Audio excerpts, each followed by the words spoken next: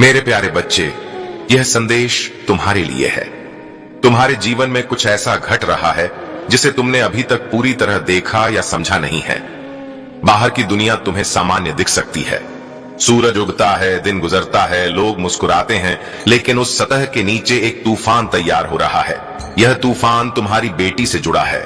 वह जिस स्थिति से गुजर रही है वह किसी साधारण समस्या की तरह नहीं है। यह कुछ ऐसा है जिसे स्वर्ग ने खुद देखा और हिल गया। देवताओं की सांसें रुक गईं और महादेव का ध्यान तुम्हारी ओर गया। जब ईश्वर बोलते हैं तो उनके हर शब्द को आदेश समझना चाहिए। इसलिए अभी जो सुन रहे हो उसे अपने दिल में उतार लो और हल्के में मत लेना। तुम्हारी बेटी एक अदृश्य युद्ध में खड़ी है। उसके चेहरे पर शायद तुम्हें कोई बदलाव न दिखे, उसकी आवाज में तुम्हें सब सामान्य लगे, लेकिन उसकी आत्मा चीख रही है। यह चीख इतनी तेज थी कि कल रात स्वर्ग तक पहुंच गई। धरती का संतुलन हिल गया, देवदूतों को बुलाया गया और स्वर्ग के दरवाजे खोल दिए गए। किताबों में उसका नाम लिखा गया और उसके पास तुम्हारा नाम भी दर्ज किया गया। इसका मतलब है कि उसे बचाने के लिए तुम्हें चुना गया है। तुम सोचते थे कि वह सुरक्षित है, तुमने विश्वास किया कि सब ठीक है, लेकिन इस दुनिया में सुरक्षा अक्सर एक भ्रम होती है। कल रात कुछ ऐसा हुआ जो तुम्हें नहीं दिखा। अदृश्य ताकतों ने उसकी किस्मत को मोड़ने की योजना बनाई थी। बंद कमरों में मीटिंग हुई, मुस्कुराते चेहरों के पीछे गुप्त बातें हुई। जब तुम शांति से अपने दिन जी रहे थे, किसी ने तुम्हारी बेटी के रास्ते में जहर डाल दिया। ये जहर हथियारों से नहीं आया, बल्कि उसके मन में, उसकी आत्मा में उतारा गया। महादेव कहते हैं कि उसकी आत्मा पर हमला हुआ है। ऐसे विचार उसके मन में आने लगे हैं जो उसके अपने नहीं हैं। ऐसी भावनाएं अचानक उसकी रूह में भर रही हैं जो कभी उसकी नहीं थीं। तुम देख रहे हो कि उसका स्वभाव बदल रहा है। उसकी आंखों में अजीब सी थकान है। वह पहले जैसी नहीं दिखती। यह सब उसकी गलती नहीं है। वह एक ऐसी आध्यात्मिक जाल में फंसी है जो उसे रोकना चाहता है, क्योंकि उसके भाग्य में कुछ बड़ा लिखा है। उसके अंदर एक प्राचीन शक्ति है। यही वजह है कि अंधेरे की ताकतें उसे निशाना बना रही हैं। लेकिन भगवान ने आखिरी पल में हस्तक्षेप किया। जब एक फैसला हो चुका था और उसकी किस्मत पर ताला लगने वाला था, तभी ईश्वर ने बीच में कदम रखा। वह आयामों से लड़ते हुए तुम्हारे पास यह संदेश लेकर आए। यह साधारण चेतावनी नहीं है, यह आदेश है। तुम्हें अब कार्य करना होगा। कल सुबह उसकी खिड़की के बाहर एक संकेत छोड़ा गया था। शायद उसने ध्यान नहीं दिया, तुम्हें भी नजर ना आया हो, लेकिन स्वर्ग ने उसे दर्ज कर लिया। यह संकेत उसके अतीत से जुड़े किसी इंसान से जुड़ा है। वह इंसान बाहर से सामान्य दिखता है, चेहरे पर शांत मुस्कान लिए हुए, लेकिन उसके इरादे खतरनाक हैं। वह फिर से उसके करीब आया है, इतना करीब कि खतरा और भी बड़ा हो गया। लेकिन उसने सोचा नहीं था कि देवदूत उसकी हर चाल देख रहे हैं। ईश्वर ने उसकी योजना को ठीक उसी समय तोड़ा जब वह घटने वाली थी। कुछ सेकंड का फर्क था। अगर स्वर्ग ने हस्तक्षेप न किया होता तो सब कुछ बदल जाता। और अब तुम्हें पता होना चाहिए कि क्यों। तुम्हारे आसपास एक ऐसी महिला है जिस पर तुमने भरोसा किया था। वह महिला सब जानती है, लेकिन उसने तुमसे कभी सच्चाई साझा नहीं की। उसने मुस्कान दी, उसने आशीर्वाद दिए, लेकिन तुम्हारी पीठ पीछे उसने उन लोगों से बात की जिनका मकसद तुम्हारी बेटी को नुकसान पहुंचाना था। उसने ऐसे शब्द कहे जो उसे कभी नहीं कहने चाहिए थे। उसने एक दरवाजा खोला जिससे अंधकार अंदर आया। यह दरवाजा अभी भी खुला है। यह शारीरिक नहीं बल्कि आध्यात्मिक दरवाजा है, और जब तक यह खुला है खतरा बना रहेगा। महादेव कहते हैं, उस महिला का नाम लो। जब उसका नाम तुम्हारे होठों पर आएगा, तुम्हें अपने दिल में ठंडक महसूस होगी। वही ठंडक तुम्हें पुष्टि देगी कि वह वही है। उस ठंडक को नजरअंदाज मत करना। वह गलत आत्माओं को जानकारी दे रही है। वह तुम्हारी बेटी की कमजोरी को उनके सामने खोल रही है। तुम्हें लग सकता है कि यह सब कल्पना है, लेकिन जान लो, अदृश्य ताकतें वास्तविक हैं। वे हवा की तरह हैं, दिखती नहीं पर असर करती हैं। तुम्हारी बेटी का मन उनके वार से घायल हो रहा है। वह ऐसी सोच में डूब रही है जो उसकी नहीं है। वह चीजें महसूस कर रही है जो उसकी आत्मा की नहीं है। यही कारण है कि वह पीछे हट रही है। यही कारण है कि उसकी आंखें बदल गई हैं। पर याद रखो, यह उसकी गलती नहीं है। यह एक मौन युद्ध है, और इस युद्ध में उसकी आत्मा अकेली नहीं है। देवदूत उसके साथ हैं, लेकिन उन्हें तुम्हारे सहयोग की जरूरत है। भगवान ने तुम्हें चुना है क्योंकि सिर्फ तुम ही वह दरवाजा बंद कर सकते हो। तुम्हारे घर में एक ऐसी चीज है जो तुम्हारी नहीं है। वह तुम्हें या तुम्हारी बेटी को तोहफे में मिली थी। तुमने सोचा कि यह एक साधारण वस्तु है, लेकिन उसमें एक ऊर्जा है जो स्वर्ग से नहीं आई। वह ऊर्जा अंधेरे की है। जब तक वह वस्तु तुम्हारे घर में है, यह दरवाजा खुला रहेगा। समय निकल रहा है। यह संदेश इसलिए भेजा गया है क्योंकि देर करने का मतलब है अंधकार को ताकत देना। अगर तुम अभी सुनोगे, अगर तुम अभी कदम उठाओगे, तो अंधकार जीत नहीं पाएगा। तुम्हें याद रखना होगा कि तुम्हारी बेटी का भाग्य बहुत बड़ा है। उसके जीवन में ऐसा कुछ लिखा है जो न सिर्फ उसके लिए बल्कि बहुतों के लिए बदलाव लाएगा। यही कारण है कि अंधेरे की ताकतें इतनी बुरी तरह उसे रोकना चाहती हैं। वह भ्रमित है क्योंकि उसका मन साफ नहीं है, लेकिन यह स्थिति हमेशा नहीं रहेगी। अगर तुम सही कदम उठाओगे, अगर तुम अपने विश्वास पर डटे रहोगे, तो वह फिर से वही चमक पाएगी जो उसके अंदर जन्म से है। महादेव का कहना है कि तुम यह मत सोचो कि यह सिर्फ उसका युद्ध है। यह तुम्हारा भी है, तुम्हारे परिवार का है। और जब तुम खड़े हो जाओगे, तो स्वर्ग भी तुम्हारे साथ खड़ा होगा। आज जो शब्द तुम सुन रहे हो, यह सिर्फ जानकारी नहीं है, यह कार्रवाई का आह्वान है। तुम्हें तुरंत पहचानना होगा कि वह महिला कौन है। तुम्हें उस वस्तु को पहचानना होगा और उसे अपने घर से निकालना होगा। और तुम्हें यह विश्वास रखना होगा कि जब तुम यह सब करोगे, तो स्वर्ग की शक्ति तुम्हारे घर पर उतर आएगी। मत भूलना, अंधकार हमेशा वहीं हमला करता है जहां सबसे ज्यादा रोशनी होती है, और तुम्हारी बेटी वह रोशनी है। इसलिए दुश्मन ने उसे चुना। लेकिन जब तुम विश्वास के साथ खड़े होगे, जब तुम महादेव का नाम लेकर उसे पुकारोगे, तो कोई भी ताकत उसे छू नहीं पाएगी। याद रखो, उसके जीवन की दिशा तुम्हारे फैसले से तय होगी। और यही कारण है कि यह संदेश तुम्हें दिया गया है। तुम्हें वह वस्तु ढूंढनी होगी। यह केवल एक चीज नहीं है, यह एक दरवाजा है जिससे अंधकार भीतर आ चुका है। जब यह तुम्हारे हाथ में आए, तो इसे साधारण चीज समझकर फेंक मत देना। इसे धरती की गोद में सुला दो, मिट्टी के नीचे दफना दो, राख के ऊपर दीपक जलाओ और वहां एक प्रार्थना अर्पित करो। जैसे ही वह प्रार्थना धुएं की तरह उठेगी, वैसे ही तुम्हारी बेटी के मन पर लगी एक जंजीर टूट जाएगी। जब यह होगा, तो उसे अचानक भीतर से हल्कापन महसूस होगा। उसका बोझ उतरने लगेगा।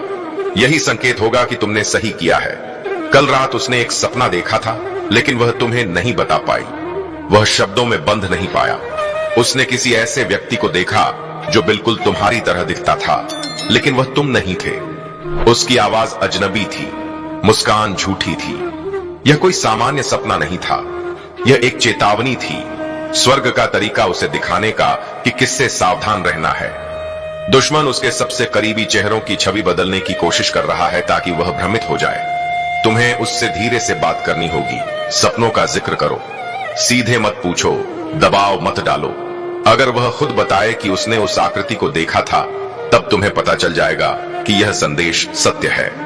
उसकी आत्मा इस समय नाजुक है, लेकिन अभी भी सुरक्षित है। उसके जीवन में कुछ और भी होना चाहिए था, लेकिन रोक दिया गया। एक पत्र, एक स्वीकृति, एक अवसर जो उसके हाथों तक आना था, वह उससे छीन लिया गया। जिसने इसे रोका, वह कोई अधिकार वाले पद पर है। ऊपर से वे दयालु लगते हैं, लेकिन अंदर से वे डरते हैं। डर इस बात का कि अगर उसे वह अवसर मिला, तो वह उनके नियंत्रण से बाहर हो जाएगी। इसलिए उन्होंने उसे बताया कि यह आया ही नहीं, लेकिन यह झूठ था। वह संदेश आया था। उन्होंने उसे दबा दिया। ईश्वर ने सब देखा। यही कारण है कि अगले 7 दिनों में वह अवसर फिर से उसके सामने आएगा। लेकिन अगर उसकी आत्मा तैयार नहीं हुई, तो वह इसे फिर से खो देगी। इसलिए तुम्हें उसका संरक्षक चुना गया है, केवल पिता या माता की तरह नहीं, बल्कि एक दिव्य संरक्षक की तरह। तुम्हें उसकी आत्मा को इस पल के लिए तैयार करना होगा। तुम्हें अभी प्रार्थना में उतरना होगा, कल नहीं, अगले हफ्ते नहीं, अभी, क्योंकि अंधकार उस पर नजर रख रहा है। उसने एक आत्मा भेजी है, एक छाया जो उसका पीछा कर रही है। लेकिन जब तुम खड़े हो जाओगे, जब तुम विश्वास में आओगे, तब वह आत्मा उसे छू भी नहीं पाएगी। महादेव कहते हैं, अपनी आवाज ऊंची करो, उसका नाम जोर से बोलो और आकाश की ओर घोषणा करो कि उसका तन और उसकी आत्मा दोनों प्रकाश के राज्य से संबंधित हैं। हर रात सोने से पहले यह घोषणा 3 बार करो। भले ही वह न सुने, लेकिन स्वर्ग सुनेगा, देवदूत सुनेंगे।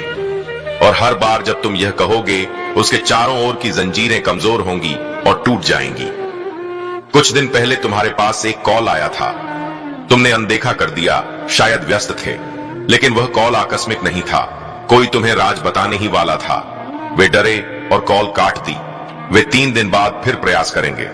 इस बार अगर कॉल आए तो उठाना, चाहे नंबर अनजान हो, चाहे शब्द कम हो। सुनना, सवाल मत करना, केवल सुनना। उस आवाज में तुम्हें वह सच मिलेगा जो उसकी पीड़ा और किसी और के अपराध के बीच पुल का काम करेगा। तुम्हारी बेटी के पास एक डायरी है, एक नोटबुक या कोई जगह जहां वह अपनी आत्मा की बातें लिखती है। उसमें उसने कुछ ऐसा लिखा है जो तुम्हारे दिल को हिला देगा। उसने अपना दर्द वहां उतारा है क्योंकि दुनिया से कहने की हिम्मत नहीं जुटा पाई। स्वर्ग कहता है, अगर वह डायरी तुम्हारे हाथ लगे तो उसे जज मत करना, उसके सामने मत रोना, बस उसे गले लगा लेना। उससे केवल तुम्हारी मौजूदगी चाहिए, शब्दों से ज्यादा, सलाह से ज्यादा तुम्हारा साथ। शब्दों का समय बाद में आएगा। उसकी जिंदगी में एक लड़का था, तुम्हें उसके बारे में हमेशा अजीब सा एहसास होता था, लेकिन तुमने उस पर ध्यान नहीं दिया। वही तुम्हारा अंतर्ज्ञान था जो तुम्हें चेतावनी दे रहा था। अब वह वापस आने की कोशिश कर रहा है, शायद सीधे नहीं पर दूसरे लोगों से उसके बारे में पूछ रहा है। लेकिन जान लो, वह बदला है, अच्छा नहीं बुरा। उसके भीतर कड़वाहट है। वह अपनी नाकामियों के लिए तुम्हारी बेटी को दोष देता है। अगर वह लौटे तो दरवाजा बंद कर देना, इस बार हमेशा के लिए। भले ही तुम्हारी बेटी कहे कि सब ठीक है, भले ही वह मजबूत दिखे, पर सच यह है कि वह अब भी उस अंधकार से लड़ने के लिए पूरी तरह तैयार नहीं है। भगवान कहते हैं, उस दरवाजे को मत खोलो। वह लड़का आध्यात्मिक संक्रमण की तरह है और अभी वह उसे निगल सकता है। तुम्हें आने वाले दिनों में एक संख्या बार बार दिखाई देगी, घड़ी पर, रसीद पर, गाड़ियों की प्लेट पर। यह संख्या 111 या 888 हो सकती है। जब भी देखो, ठहरो और प्रार्थना करो। यह कोई संयोग नहीं होगा, यह देवदूतों का संकेत है, यह तुम्हारी पुष्टि है। यह वह तुरही है जो स्वर्ग बजाता है ताकि तुम जाग जाओ। ईश्वर कहते हैं, एक ऐसा क्षण था जब तुम्हारी बेटी बहुत करीब थी सब कुछ खोने के। उसने किसी से नहीं कहा, उसे लगा कोई परवाह नहीं करेगा, लेकिन उस रात उसके बिस्तर के पास एक देवदूत खड़ा था। उसने फुसफुसाकर उसे वापस जीवन में खींच लिया। उस पल ने उसकी किस्मत बदल दी। तब से उसके ऊपर स्वर्ग की मुहर लगी है, एक सुनहरी चमक जिसे अंधकार देखता है और कांपता है। इसीलिए हमले तेज हो रहे हैं, क्योंकि अंधकार जानता है कि उसका भाग्य बड़ा है, लेकिन वही चमक यह भी कहती है कि वह जीतेगी, वह उठेगी। उसकी आत्मा में एक ज्योति है जिसे कोई बुझा नहीं सकता।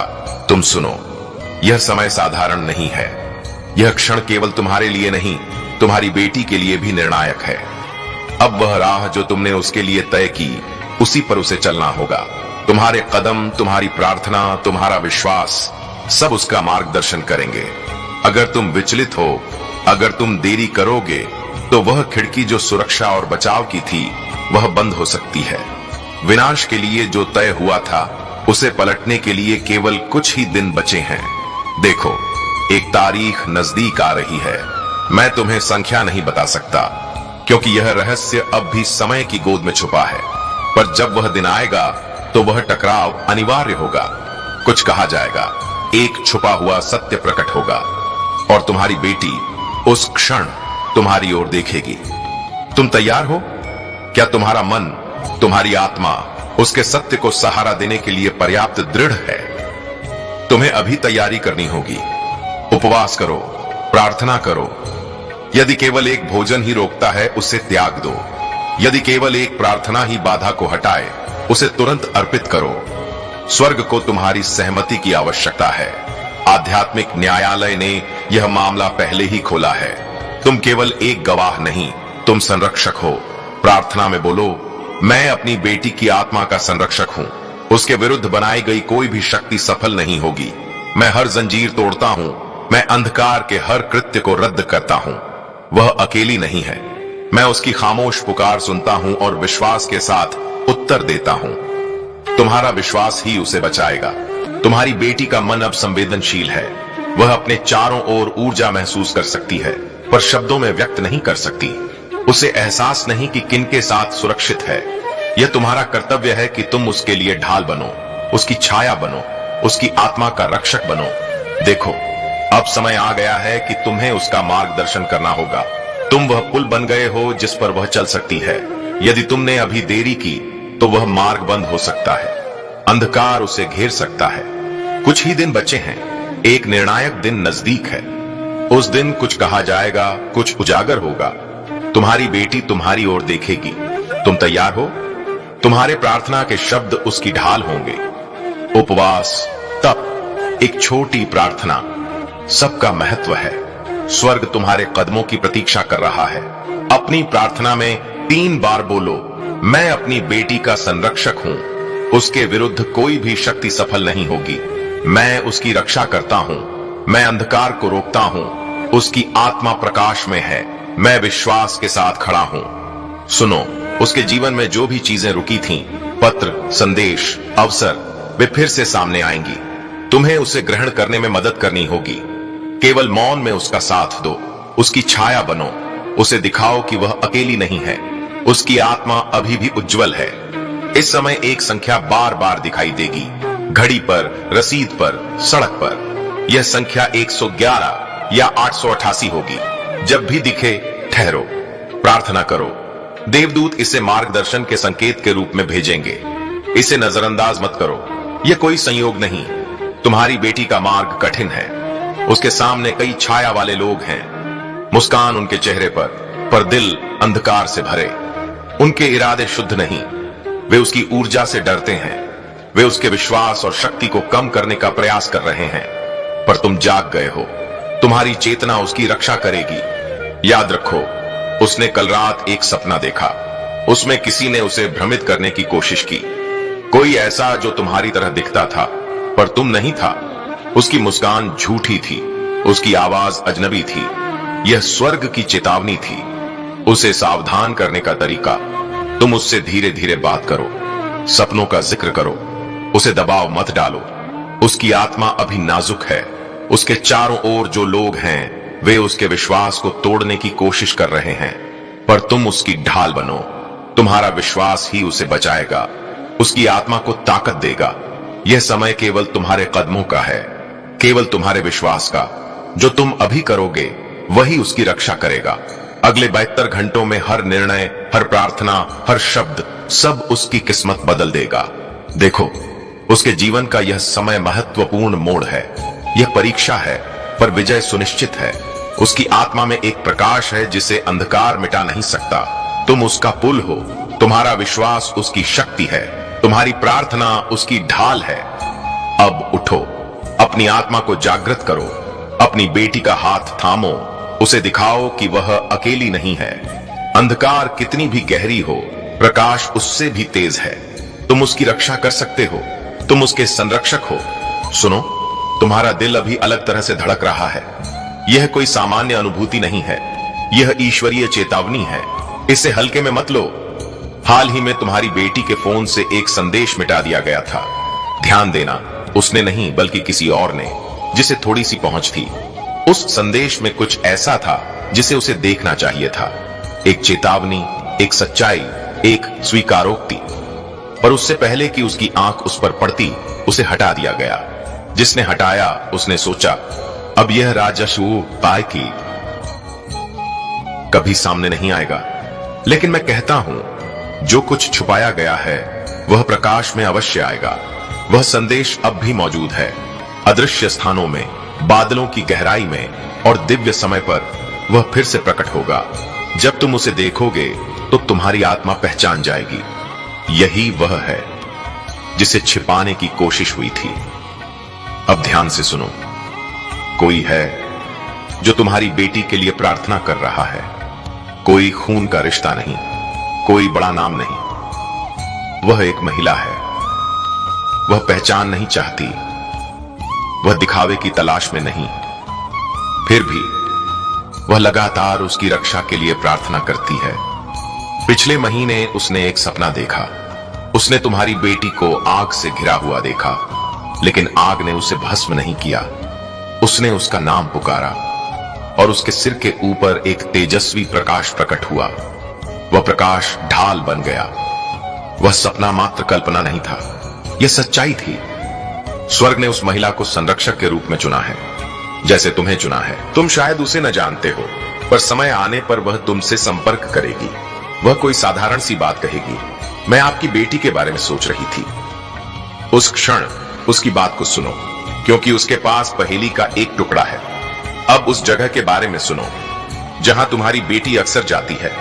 शायद वह स्कूल है, शायद काम की जगह, किसी दोस्त का घर या कोई धार्मिक स्थान। वहां एक कमरा है। उस कमरे में कदम रखते ही उसे सहज नहीं लगता। उसने यह बात किसी को नहीं बताई, लेकिन जब भी वह वहां जाती है उसे लगता है कोई उसे देख रहा है। यह उसका भ्रम नहीं, यह सच्चाई है। उस कमरे में एक ऊर्जा है, किसी ऐसे व्यक्ति द्वारा छोड़ी गई ऊर्जा जिसने चालाकी, नियंत्रण और भावनात्मक क्रूरता का अभ्यास किया। वह कमरा उसकी आत्मा पर भारी पड़ता है। वह वहां से लौटकर छोटी महसूस करती है, अपने ही मूल्य पर संदेह करती है। यह सिर्फ भौतिक वातावरण नहीं, यह आध्यात्मिक वातावरण है। हो सकता है कि वहां के लोग उसे पसंद हों, पर जगह बीमार है। या तो उस स्थान को शुद्ध करना होगा या फिर वहां कम समय बिताना होगा। जब वह वहां से लौटे तो उसकी वस्तुओं को आशीर्वादित पानी से शुद्ध करो। उसके हाथ उस जल से धुलवाओ जिस पर तुमने प्रार्थना की हो। इससे वह सब ऊर्जा निष्प्रभावी हो जाएगी जो उस पर चिपकने की कोशिश करती है। और अब एक और रहस्य। 3 दिन पहले उसने तुमसे लगभग सब कह दिया था। वह रुकी, झिझकी, फिर मुस्कुरा दी और बात बदल दी। उसके भीतर इच्छा थी कि सब कुछ कह दे, पर एक आवाज ने उसे रोका। वे विश्वास नहीं करेंगे। वह झिझक उसकी अपनी सोच नहीं थी, वह डाली गई थी। अब तुम्हें उस बातचीत को फिर से याद करना होगा। धीरे धीरे उस दरवाजे को फिर से खोलना होगा। उसे एहसास दिलाना होगा कि तुम्हारे कान पवित्र भूमि है। तुम्हारी प्रतिक्रिया तय करेगी, उसकी चुप्पी टूटेगी या उसका डर गहरा होगा। सोच समझकर चुनना। एक दस्तावेज है, शायद डिजिटल, शायद कागज पर। उसमें तुम्हारी बेटी का नाम है और एक झूठ। वह झूठ छोटा दिखता है लेकिन शक्तिशाली है। उसने लोगों की दृष्टि को मोड़ दिया है, उसके अवसरों को रोका है, उस पर गलत लेबल लगाया है। वह दस्तावेज अब भी मौजूद है। प्रार्थना करो और वह तुम्हारे सामने आएगा।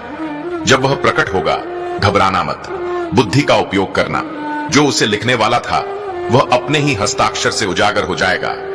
अब उसके शरीर की ओर देखो। उसके भीतर शारीरिक परिवर्तन हो रहे हैं। थकान, सिर दर्द, भावनात्मक उतार चढ़ाव।